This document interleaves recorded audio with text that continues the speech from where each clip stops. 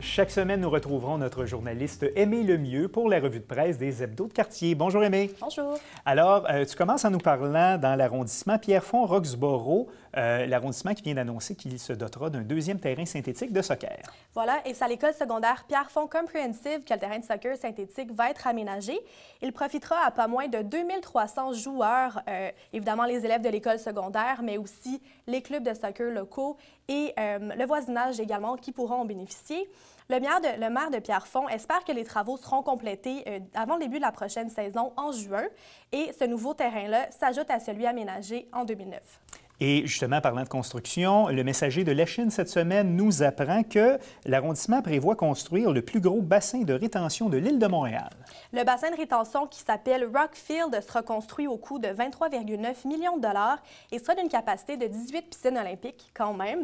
Il va récupérer les eaux fluviales du collecteur Saint-Pierre qui dessert 285 000 citoyens de la Chine, du Sud-Ouest et aussi de Côte-des-Neiges. Près de 15 débordements sont enregistrés chaque année dans le canal et qui forcent inévitablement la suspension des activités nautiques sur le bord du canal La Chine. La construction du bassin de rétention va réduire de façon significative ou du moins va limiter le nombre de surverses. Donc voilà, on se rend maintenant dans l'est de la ville, l'Avenir de l'Est, qui nous apprend que des entreprises de remorquage actives dans Rivière-des-Prairies, Pointe-aux-Trembles ont été épinglées pour collusion par le bureau de l'inspecteur général de la Ville de Montréal. Et parmi les 3 entrepreneurs qui ont participé à un stratagème de collusion, on recense Remorquage Taz Inc., qui est particulièrement actif dans l'arrondissement de Rivière-des-Prairies, Pointe-aux-Trembles. L'entrepreneur aurait conclu des arrangements avec ses concurrents de sorte qu'ils ne viennent pas sur son territoire à lui. Il s'est donc fait épingler par le bureau de l'inspecteur général qui recommande à la Ville de Montréal de mettre en arrêt ces 3 contrats présentement en cours et aussi de l'écarter des appels d'offres pendant les 5 prochaines années. Le propriétaire de Remorquage Taz Inc. se dit lésé et dit que la Ville de Montréal aussi insinue qu'il fait de la collusion et qu'ils ont tort. Remorquage Mobile et Autocam 200 ainsi que leurs gestionnaires respectifs sont eux aussi écartés du processus d'appel d'offres. Donc, on suivra le dossier. Il y aura certainement des répercussions un peu plus tard au courant de l'année. Dans Mercier-Hochelaga-Maisonneuve, Nouvelle Hochelaga-Maisonneuve nous parle de l'embourgeoisement du quartier, l'embourgeoisement qui sera analysé en profondeur par un comité spécial lors d'assises qui auront lieu en 2017. Voilà. Donc, c'est le 15 mai 2017 que le comité va étudier le phénomène. Concrètement, le mandat, c'est de faire état de l'embourgeoisement dans l'arrondissement, de mettre sur pied un plan d'action et évidemment de trouver des solutions précises et concrètes au phénomène.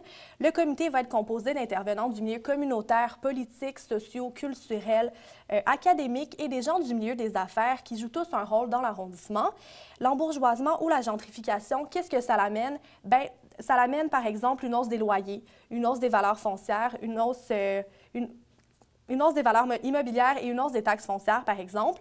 Et bon, dans les derniers temps, on a beaucoup vu des actes anti-gentrification dans l'arrondissement. C'est la preuve que c'est un phénomène qui est dénoncé là, par certains citoyens. Voilà, mais il y a des façons, évidemment, de le dénoncer un petit peu plus raisonnables que le pillage ou de briser des vitres.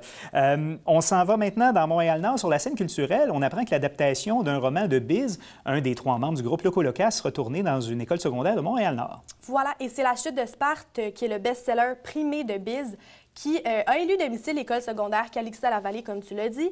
Et c'est sans grande surprise parce que l'histoire met en scène un adolescent de 16 ans qui vit une quête d'amour, d'amitié, mais qui vit aussi des problématiques de près ou de loin, d'intimidation et d'homosexualité, donc des problèmes très ancrés dans la réalité d'un enfant, d'un adolescent là, au secondaire.